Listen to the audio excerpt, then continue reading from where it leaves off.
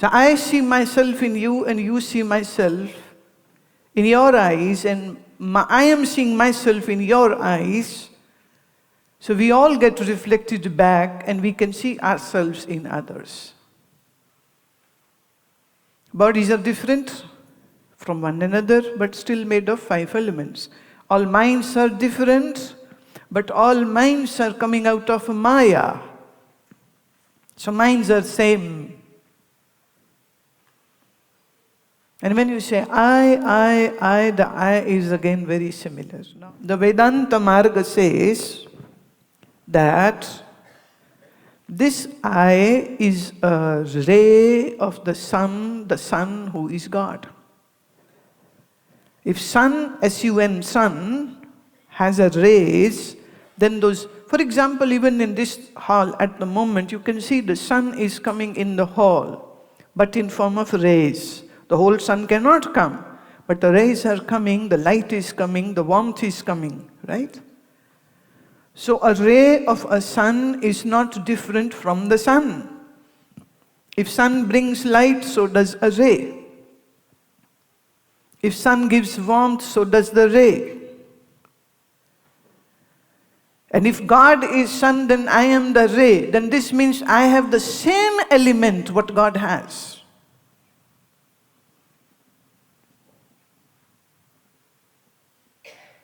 Right? And that God is, again one, like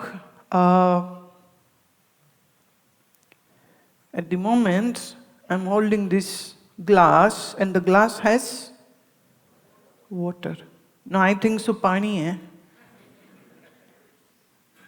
Neer hai. Toy hai. H2 hai. H2O hai. Any Bengali here? Any Bengali here? No Bengali. When Bengalis call it jol, oh, we have it. It's what? Jol. Jol khabe. They don't say jal piye, they say jol khabe. And in Spanish it is aqua. So what is it? Aqua, neer, jal, toy, water, pani. Whatever you may call it is still. The ingredient is same. What you am holding is same. If I take a sip, it will quench my thirst. Got it? So God is same. You may call it Ram. You may call it Om. You may call it truth. You may call it Satchitanand. You may call it Vaheguru. You may call it Ekumkar. The substance remains same. The substance is not different. So in Vedas and in Vedanta, we use the word asti. For God, the word used is asti. Asti means that which exists. Upanishad doesn't give any name to that existence. It says existence word is enough. So asti. Or if you can't understand asti, then it says satya. Truth.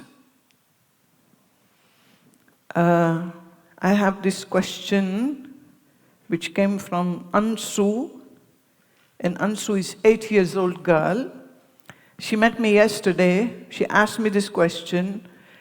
And I gave the answer. But she said, I need more clarity on it. And she's just 8 years old. And I'm going to read her question. So Ansu, this is for you.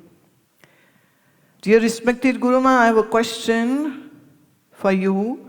What is truth? I don't want an answer about what we speak or what we do, but is it something to find or is it something else? Can you believe this is an 8-year-old writing question, and it is such a philosophical question? May I read it again? What is truth? I don't mean as an answer like what we do something, or is it what we want to, is it something to find or something else? And the truth is, in my last whole 3 weeks trip to UK, nobody of any age has asked me this kind of a question.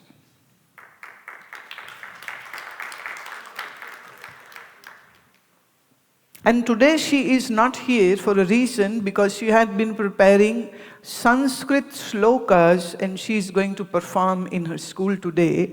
And she recited all those slokas to me and she did it perfectly and beautifully.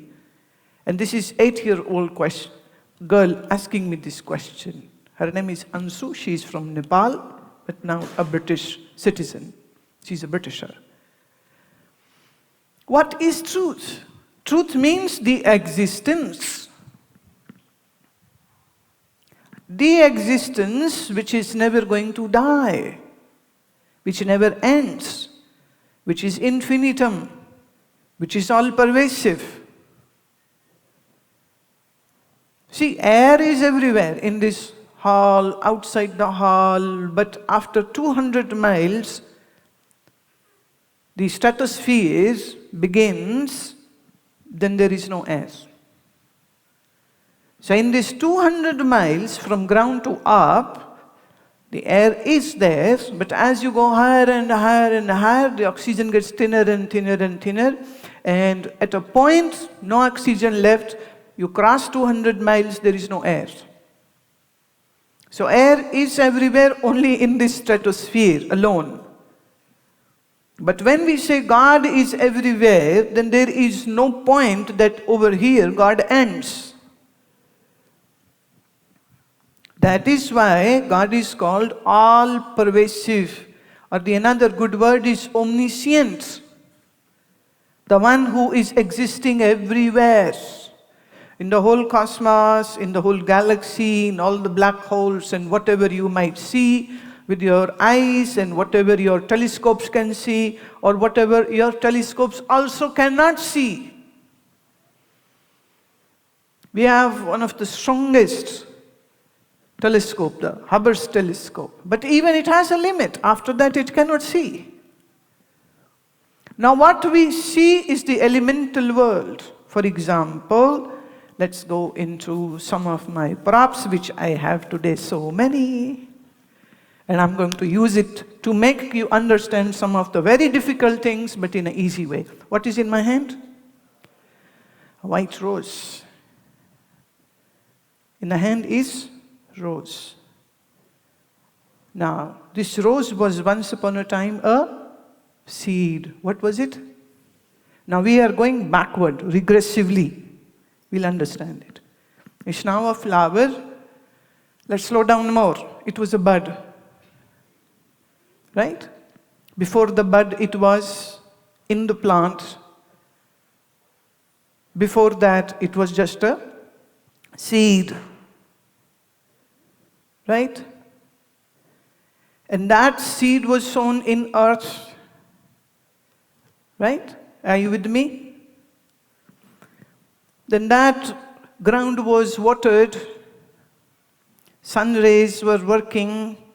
Air was working. So meaning we can say that, is this a rose in my hand or is it earth in my hand? Without earth, no rose. So we can say earth is there in my hand. Water is there in my hand. Air is there in my hand. Are you with me? Minus earth, water, fire, air, ether, there can't be any rose.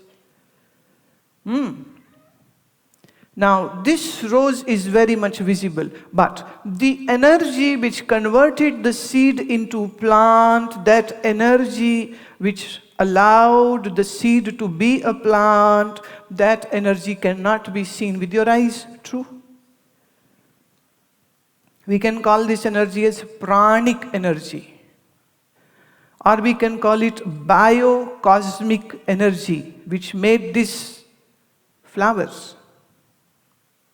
Now, flower can be seen, but the cosmic energy cannot be. Similarly, your body can be seen, the physical body can be seen, but the pranic energy which is running this machine called body cannot be. The pranic energies cannot be seen. Let's go a little more deeper. The same pranic energy is making your mind function. See, if you put gas or petrol in your car, then the car runs. If there is no gas, the car cannot run. Okay, until and unless it is an electronic car. So your body is running, meaning functioning, and your mind is functioning. What is the gas? What is the petrol of the mind, of the body? And that gas, that energy is called the Mahaprana, or the big cosmic energy. शरीर दिखाई देता है, पर ये शरीर को जो शक्ति चला रही है वो शक्ति आपको दिखाई आंखों से नहीं देती.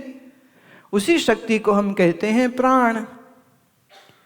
आपका मन सोचता है, पर आपका मन किस शक्ति से सोचता है, उसी शक्ति को हम क्या कहते हैं? प्राण. तो प्राण से मन चलता है, प्राण से ही शरीर चलता है, प्राण से ही तुम्हारी बुद्धि सोचती है. प्राण है तो शरीर चलता है, जन्म होता है, और प्राण निकल जाए तो शरीर मर गया.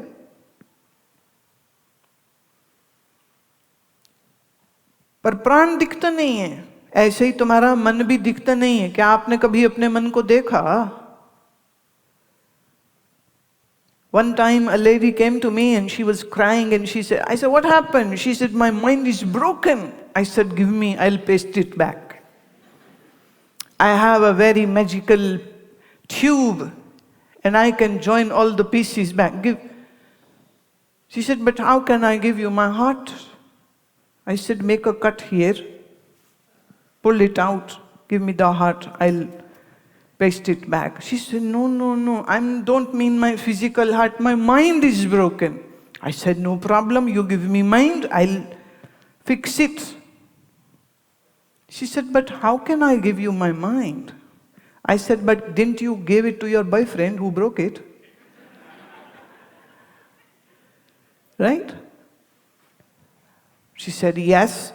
But I don't know why I gave my heart to that heartless fellow. I said, okay, well, he was heartless fellow. She said, yes. I said, but you still gave it. She said, that was my mistake. I said, now then correct your mistake. That's it, simple. Correct that mistake. Don't give your heart to a heartless fellow. And she said, problem is this, all boyfriends look so nice until we give our heart to them. Once we give it, then they break it. I said, okay, then make a general rule, don't give your heart to any human being at all. Syapa khatam. Problems gone in one go. She said, but I am a human, so I need a human. I need to relate with an human. I said, well, that's another problem which I would like to correct, and that is, you are not a human. She said, wow, am I a devil? Who am I? Am I animal? I am a human being. I said, no. Listen to me. You are not this body. Body can be man or animal or a bird, but you are not a body.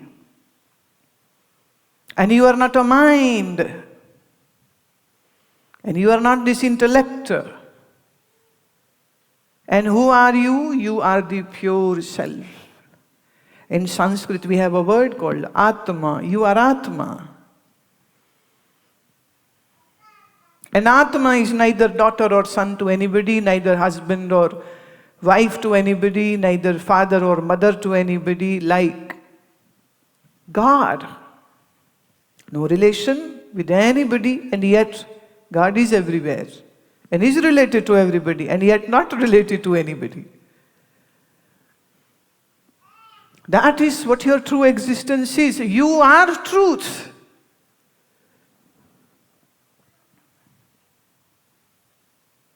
You are the truth. Your mind might not understand it now, your mind might be confused now, your mind might be feeling, what is he speaking? But what I am speaking is absolute truth. You know, if you go in a court, I know about the Indian courts, they make you take an oath. So if you are a Hindu, you'll take oath on Gita. If you're a Muslim, you'll take it oath on a Quran. If you're a Sikh, then you'll take it oath on Bani. So they have these religious books in the court. So they'll bring that and the person will put his hand on and say, I will speak truth and only truth and nothing less than truth. And yet they speak lies. I have not taken oath like this on any religious scripture, but yet I promise you I will speak truth and only truth and nothing less than truth. And the truth is, you are not this body, mind, intellect unit. Body is B, mind is M, intellect is I. So I can say, you are not this BMI. Neither body, no mind, nor intellect. ना ये शरीर तुम हो, ना ये मन तुम हो, ना ये बुद्धि तुम हो. ये तीनों तुमसे अलग हैं. शरीर पैदा होता है, मरता है. मन कभी दुखी होता है, कभी सुखी होता है. बुद्धि कभी समझती है, कभी बात को नहीं समझती है. पर तुम आत्मस्वरूप हो और इस आत्मस्वरूप का रिश्ता है तो सिर्फ परमात्मा के साथ और किसी के साथ है नहीं, हो सकता नहीं. चाहे आप कितना बना लो, चाहे आप कितनी कोशिश कर लो.